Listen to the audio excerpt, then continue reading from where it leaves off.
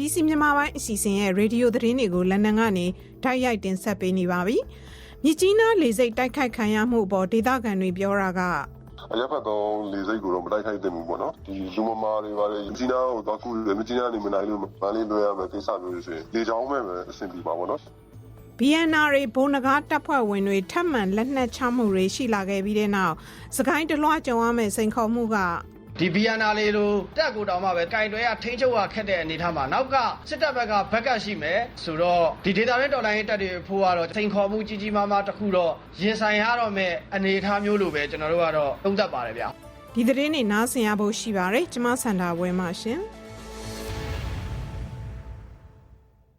စစ်ကော်မရှင်အဖွဲ့ဝင်ဒုတိယဗိုလ်ချုပ်ကြီးရာပြည့်တက်ရောက်တဲ့ချင်းမျိုးသားနေအခမ်းအနားဒရုန်းနဲ့တိုက်ခိုက်ခံခဲ့ရပါတယ်။ချင်းပြည်နယ်ဟာခါမြို့စုပေါင်းရုံးမှာချင်းမျိုးသားနေအခမ်းအနားကိုမနေ့ကကျင်းပခဲ့တာပါ။ဒီတိုက်ခိုက်မှုကိုချင်းကာကွယ်ရေးတပ်ဟာခါ CDF ခါခါကနေရုပ်သံဖိုင်နဲ့သတင်းထုတ်ပြန်ပြီးစစ်ကော်မရှင်ဘက်ကလည်းတိုက်ခိုက်ခံရတဲ့အကြောင်း February 21 ရက်နိုင်ငံပိုင်သတင်းစာကနေကြေညာပါတယ်။ဒရုန်းနဲ့တိုက်ခိုက်ခံရမှုကြောင့်ဒုတိယဗိုလ်ချုပ်ကြီးရာပြည့်အခမ်းအနားကနေချက်ချင်းတိမ်းရှောင်သွားရတယ်လို့ CDF ဟာခါအဖွဲ့ကပြောပါတယ်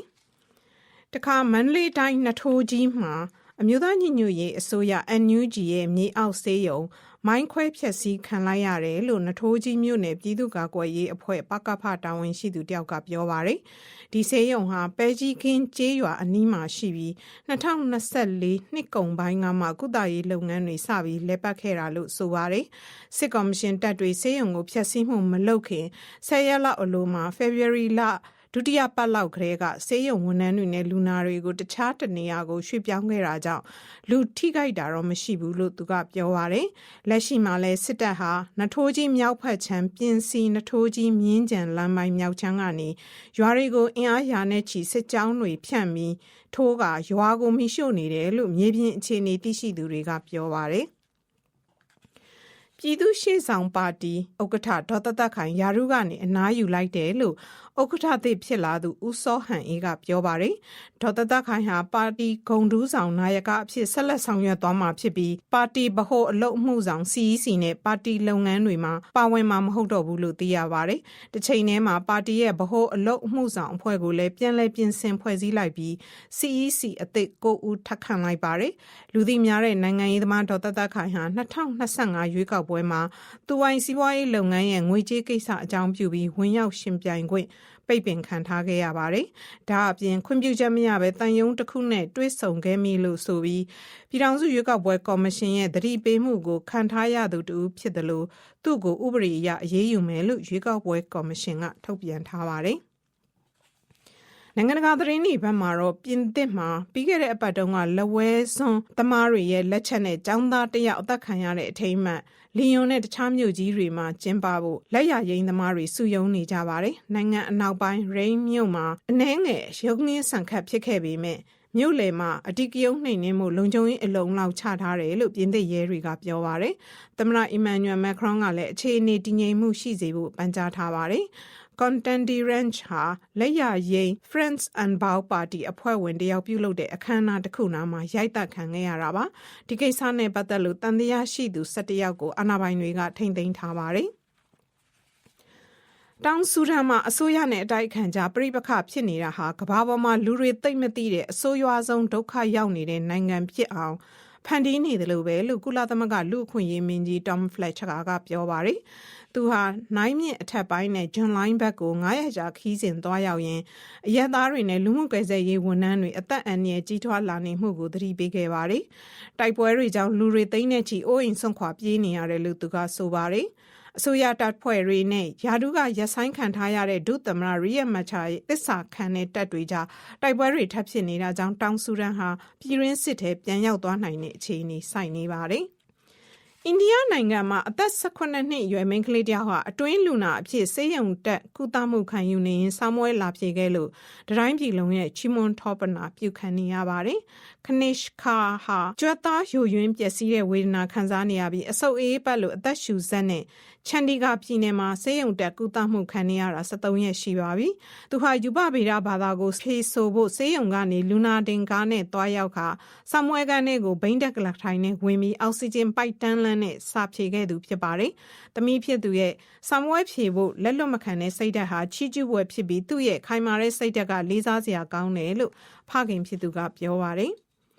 အိန္ဒိယနဲ့ဘရာဇီးခေါင်းဆောင်တွေဟာဒေလီမြို့မှာဆွေးနွေးခဲ့ကြပြီးတဲ့နောက်အရေးပါလာတဲ့တပ်ထုနဲ့မြေရှားဆိုင်ရာသဘောတူညီချက်တရက်ကိုလက်မှတ်ရေးထိုးခဲ့ကြပါတယ်။ဒါဟာခန္ဓာရည်ရှိတဲ့တိုးလောင်ဖြန့်ဖြူးထောက်ပံ့ရေးခွင်းဆက်တိစောက်ဖို့အရေးပါတဲ့ခြေလှမ်းပဲလို့အိန္ဒိယဝန်ကြီးချုပ်နရင်ဒရာမိုဒီကပြောပါတယ်။ကမ္ဘာမှာလျှက်စစ်ကားကနေဆိုလာပြားမိုဘိုင်းဖုန်းအထိအဆအရတိုင်းမှာထည့်သွင်းအသုံးပြုနေတဲ့မြေရှားလိုတပ်ထုတိုက်တွေဘရာဇီးမှာဒုတိယအများဆုံးရှိတာပါ။အိန္ဒိယဟာဒီပစ္စည်းတွေထိတ်ဆုံးကရောင်းချနေတဲ့တရုတ်ပေါ်အားကိုးအားထားပြုနေရတာကိုရှော့ချဖို့ကြိုးစားနေတာပါ။ဘရာဇီးသမ္မတလူလာကတော့အိန္ဒိယနဲ့နှစ်နိုင်ငံကုန်သွယ်ရေးမနှစ်က25%စံချိန်တင်ထိုးတက်သွားတယ်လို့ပြောပါတယ်ရှင်။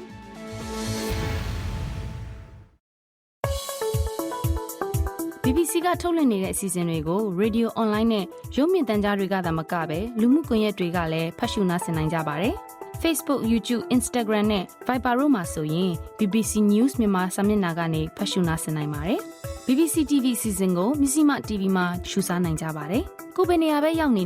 BBC အစီအစဉ်တွေကလက်တကမ်းမှာပဲရှိနေပါတယ်ရှင်။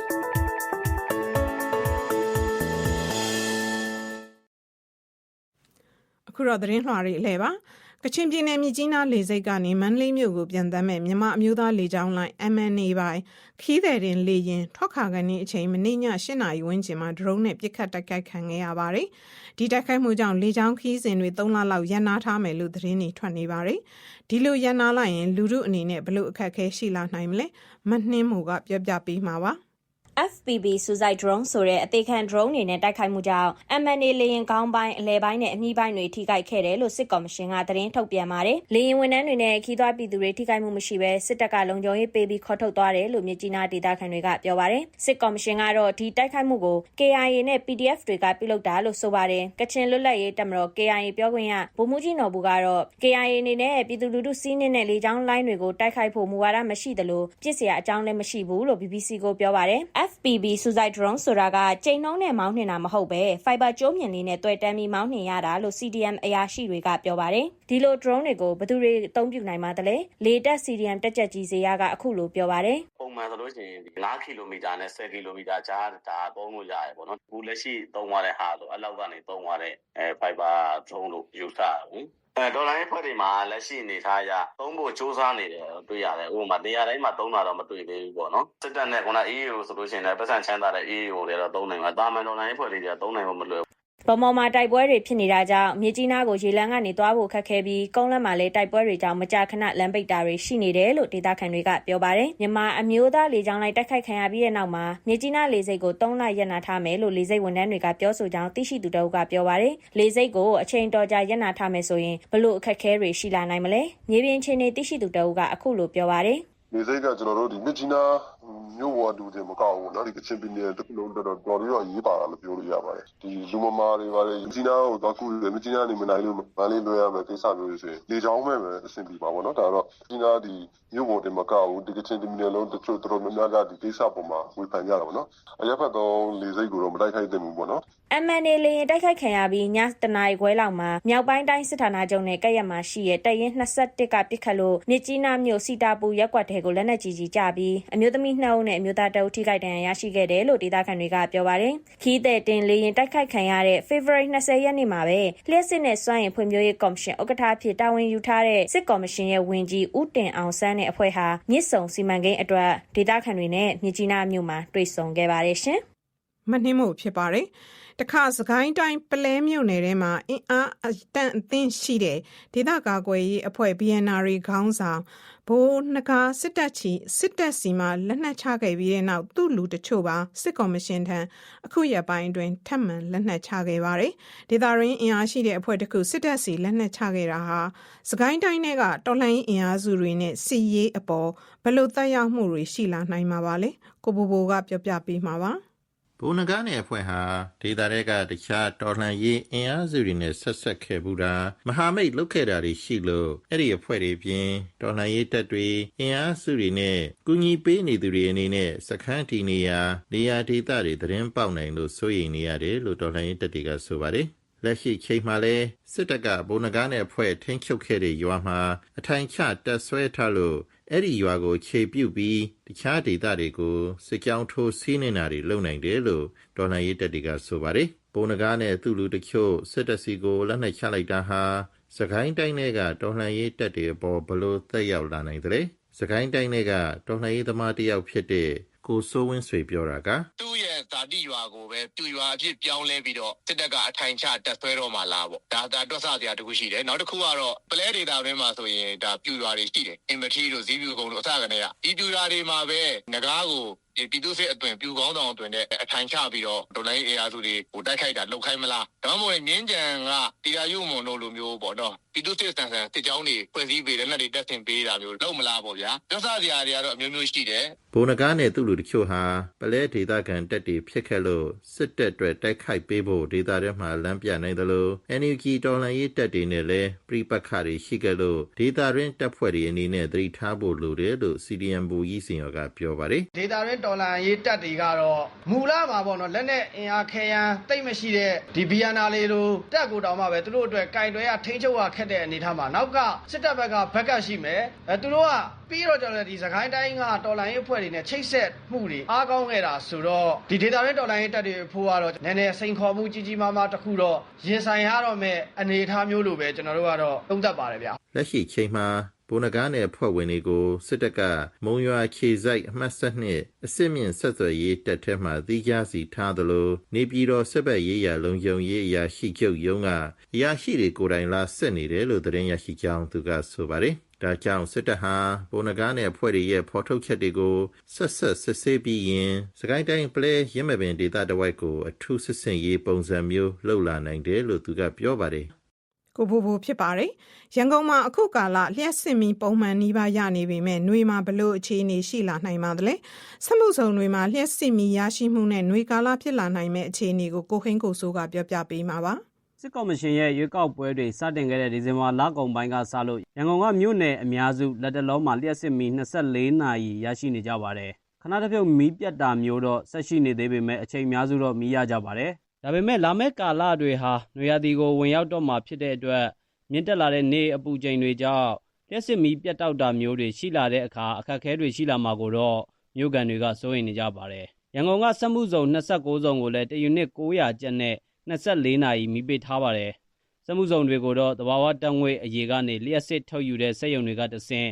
်တီးတန့်မီးလိုင်းကနေပြီးတော့လျှက်စစ်မီးပေးထားတာလို့လျှက်စစ်စွမ်းအားဝန်ကြီးဌာနကသိရပါတယ်နွေရာသီမှာစက်မှုစုံတွေလျှက်စစ်မီးဆက်လက်ရရှိနိုင်မဲ့အခြေအနေကိုသိရှိသူတဦးက BBC ကိုအခုလိုပြောပြပါတယ်။အခုကကျတော့ကျွန်တော်တို့ကျတော့အဲ့လို gas ကနေတစ်ဆင့်ပေးထားတာပေါ့နော်။အဲ့လိုပေးထားတဲ့ခါကျတော့ကပတ်ကနေတစ်ဆင့်ပေးထားတဲ့ခါကျတော့24နာရီလို့ပြောတယ်။ဒီယူနစ်900နဲ့ပေါ့အဲ့လိုမျိုး2နှစ်လို့တော့ကျွန်တော်တို့အစည်းအဝေးမှာပေါ့နော်။တိုင်းတိုင်းပေးထားတော့အဲ့လိုတော့ပြောတယ်။လက်ရှိကာလလျှက်စစ်မီးမှန်မှန်ရရှိနေတာဟာတရက်ကို3400မဂါဝတ်အထိထုတ်လုပ်နိုင်နေတာကြောင့်လို့လျှက်စစ်စွမ်းအားဝန်ကြီးဌာနရဲ့စာရင်းတွေအရသိရပါတယ်။ဒါကလည်းသဘာဝဓာတ်ငွေ့အရေကနေလျှက်စစ်900မဂါဝတ်ကိုဇန်နဝါရီလ14ရက်နေ့ကစလို့ထုတ်ယူနိုင်ခဲ့တာကြောင့်လို့နားလည်ရပါတယ်။2024ခုနှစ်ကုန်ပိုင်းအထိတော့တရက်ကို2400မဂါဝတ်သာထုတ်လုပ်နိုင်ခဲ့တာပါ။နွေရာသီကာလလျှက်စစ်မီးပြတ်တောက်မှုများတဲ့အခါမီးအပြင်ရေနဲ့နောက်ဆက်တွဲပြဿနာတွေပါရှိတယ်လို့ဒဂုံစိတ်ကန်း94ရပ်ကွက်နေအိမ်တော်ရှင်အမျိုးသမီးတဦးက BBC ကိုအခုလိုပြောပြပါတယ်။ဒီငွေဆိုလို့ရှိရင်မီးတအားပြန်တယ်။ရေလည်းမရဘူး။ရေမရလို့ရှိရင်အမရေဝယ်ရမယ်ရေဝယ်လို့ရှိရင်တစ်စီ8000တောင်းရှိတယ်။အဲ့ဒီကြတဲ့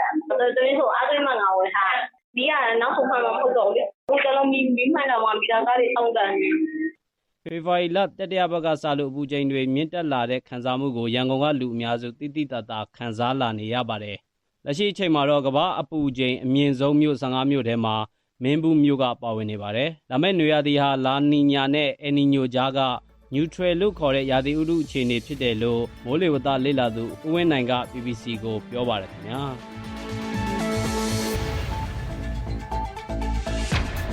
BBC ကထုတ်လွှင့်နေတဲ့အစီအစဉ်တော်တော်များများကို www.bbcworldservice.com/podcast ကနေ download လုပ်ပြီးနားဆင်နိုင်ပါတယ်ရှင်။